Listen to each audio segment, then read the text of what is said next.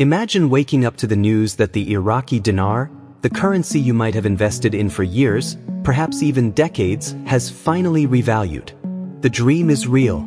It's happening. Your heart is pounding, your mind is racing with possibilities, financial freedom, paying off your house, securing your children's future. But then, a cold, terrifying thought cuts through the euphoria. Where do you actually go to exchange it? Can you just walk into your local bank in New York, or California, or Texas, and walk out a millionaire? Or will you be met with a blank stare, a polite, "We don't handle that," or worse, a suspicious look that triggers an entire compliance investigation? This is the single most critical question that every dinar holder needs an answer to right now, before any announcement is ever made. Because the moment the news breaks, it will be pure chaos, and being unprepared could cost you everything. The romanticized idea of a global monetary event where every bank teller is suddenly an expert on the IQD is a fantasy, and today, we are going to shatter that fantasy with cold, hard, unemotional reality and replace it with a concrete, actionable plan. The relationship between the US banking system and a potential new, highly valuable Iraqi dinar is not as simple as a currency exchange at the airport before a vacation. We are talking about an event that would be unprecedented in modern financial history, and the protocols for such an event are not printed on a little brochure at your local Chase or Bank of America branch. The core of the issue lies in the fundamental difference between a currency being internationally recognized and it being a readily available, liquid asset within the domestic US banking system. The US dollar is the world's reserve currency. It is the benchmark. For a bank to facilitate a mass exchange of a currency that was, until recently, considered highly exotic and speculative, a series of monumental shifts must occur behind the polished marble counters of these financial institutions. First and foremost, the Central Bank of Iraq must officially and verifiably announce the revaluation and the new international exchange rate. This isn't just a press release, it's a formal communication to the International Monetary Fund, the World Bank, and central banks worldwide, including the US Federal Reserve. Until that official, SWIFT-verified rate is loaded into the global banking system's computers, your dinar notes are, in the eyes of a US bank, still worth their pre-revaluation value, which is a fraction of a cent. They cannot and will not act on rumor, YouTube speculation, or dealer hype. Their systems are digitally hardwired to specific, approved rates, and a teller cannot simply type in a new, hypothetical number. Secondly, we must confront the immense regulatory and compliance hurdle. US banks are fortress-like institutions governed by a labyrinth of federal regulations designed to prevent money laundering, terrorist financing, and other illicit activities. A sudden, massive inflow of a currency from a nation that has, for years, been on various watch lists would trigger every single alarm bell in the compliance department. The Bank Secrecy Act, Know Your Customer laws, and Office of Foreign Assets Control protocols would mandate an excruciating level of scrutiny on every single transaction. They would need to verify the provenance of your dinar. Where did you get it? When did you acquire it? Can you prove it was a legal purchase? For many holders who bought from private dealers years ago, providing a crystal-clear, auditable paper trail could be a significant challenge. The bank's primary duty is not to make you rich, it is to protect itself from regulatory fines that can run into the billions of dollars. The risk-to-reward ratio for them, especially in the initial, chaotic days of a revaluation, is severely skewed towards caution, extreme caution. Now, let's talk about logistics and capacity. The average bank branch does not hold millions of dollars in liquid cash in its vaults to facilitate such a massive, simultaneous exchange. Their cash reserves are managed based on daily transactional needs, not for a once-in-a-lifetime currency event. If thousands of dinar holders descended on banks all across the country at once, the system would be instantly overwhelmed. There would be cash shortages, long, snaking lines, and inevitably, panic. Furthermore, the average bank teller is trained to handle standard transactions, deposits, withdrawals, and exchanging common foreign currencies like euros or British pounds. They are not trained to authenticate high-value Iraqi dinar notes, which would be an immediate target for sophisticated counterfeiters looking to capitalize on the confusion. This creates another layer of delay and suspicion, Each note may need to be verified by a manager or even sent to a regional Federal Reserve Bank for authentication, a process that could take weeks or months. So, the initial answer to the question, will US banks exchange the IQD, is a complex one. Eventually, yes, they would have to be a part of the process for the currency to be truly international. But in the immediate aftermath of a revaluation, relying solely on your local bank as your first and only option is a recipe for frustration, delay, and potentially financial loss. The system is not designed for this kind of event, and the learning curve will be steep and fraught with procedural and regulatory landmines. This is not meant to create fear, but to instill a sense of strategic preparedness. Knowing this reality is your first and most powerful step towards successfully navigating the event you've been waiting for. So if your local bank branch is a potential minefield of delays, compliance checks, and logistical nightmares in those first critical hours and days, where does that leave you? It leaves you with the second and arguably more pressing part of our title: must you travel for the dinar exchange? This is where we move from diagnosing the problem to architecting the solution, and the answer is both simpler and more complex than a yes or no. The concept of travel is not about a frantic, last-minute scramble to book a flight to Baghdad. That would be dangerous and utterly unnecessary. The travel we are talking about is a strategic, pre-planned journey to a financial epicenter, a place where global currency is its primary language and where the infrastructure is already in place to handle a high-value, international asset. Think of it not as a panic move, but as a tactical deployment of your assets to the most favorable ground. The most likely destinations for a seamless, large-scale exchange would be major international financial hubs where the Iraqi dinar is expected to be traded on the forex market as a fully recognized international currency.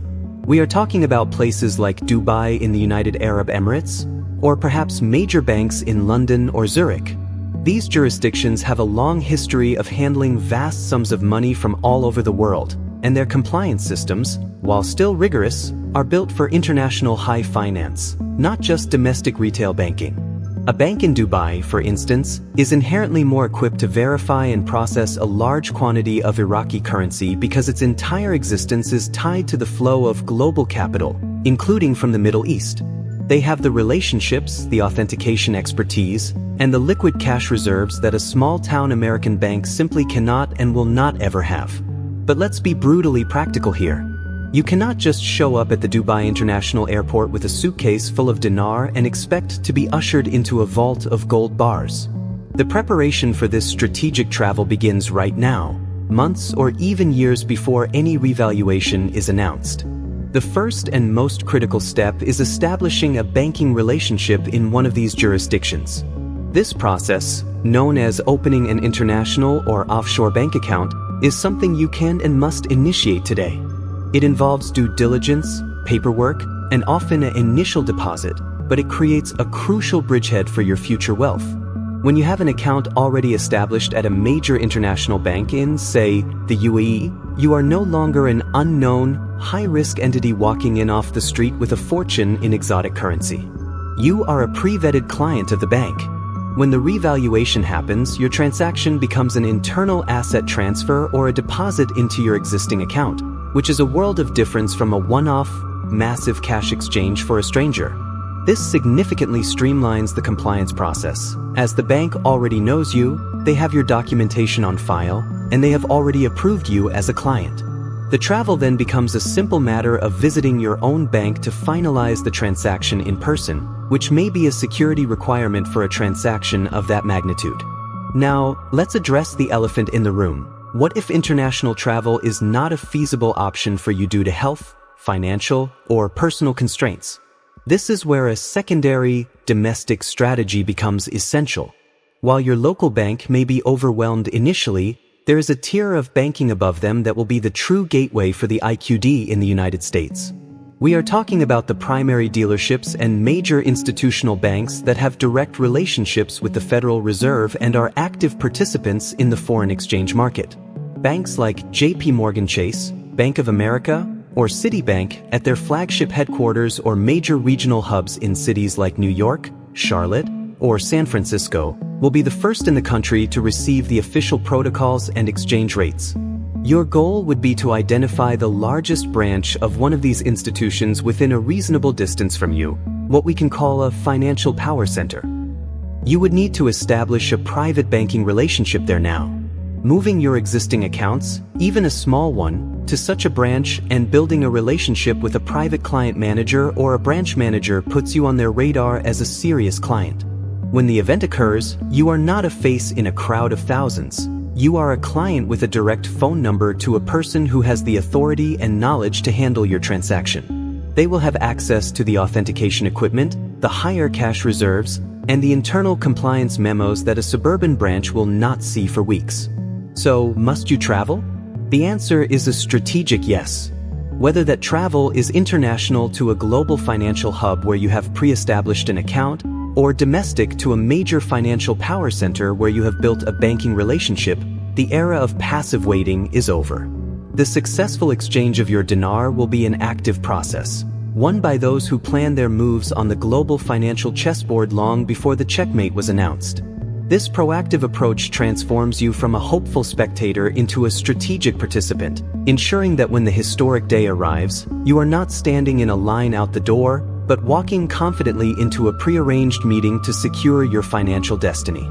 Now that we have mapped the strategic landscape, from the limitations of your local bank to the imperative of a proactive plan involving key financial hubs, we arrive at the most critical phase, your personal blueprint for action. This is where knowledge transforms into power and hope solidifies into a tangible, executable strategy. The countdown to the event you've waited for is not measured in days or weeks, but in the tasks you complete today. Your first and most immediate mission is to initiate the process of establishing an international banking relationship. This is not as daunting as it sounds, but it does require diligence. Start by researching major international banks with a strong presence in the Middle East and robust private banking divisions. Institutions like HSBC, Standard Chartered, or Emirates NBD are examples of banks with deep roots in global finance. Visit their websites, locate their international account opening sections, and understand their requirements.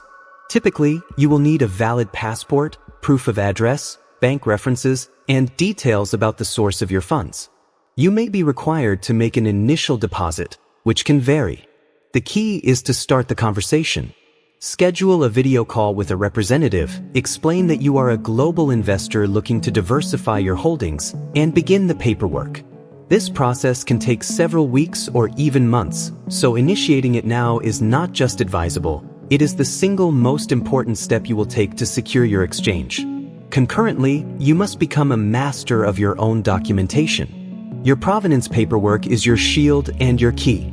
Locate every single receipt, certificate of authenticity, or bank statement from your original purchase of the dinar. If your records are incomplete, contact your dealer now and request a duplicate documentation package. Organize these papers in a secure, fireproof location alongside your passport and other vital documents.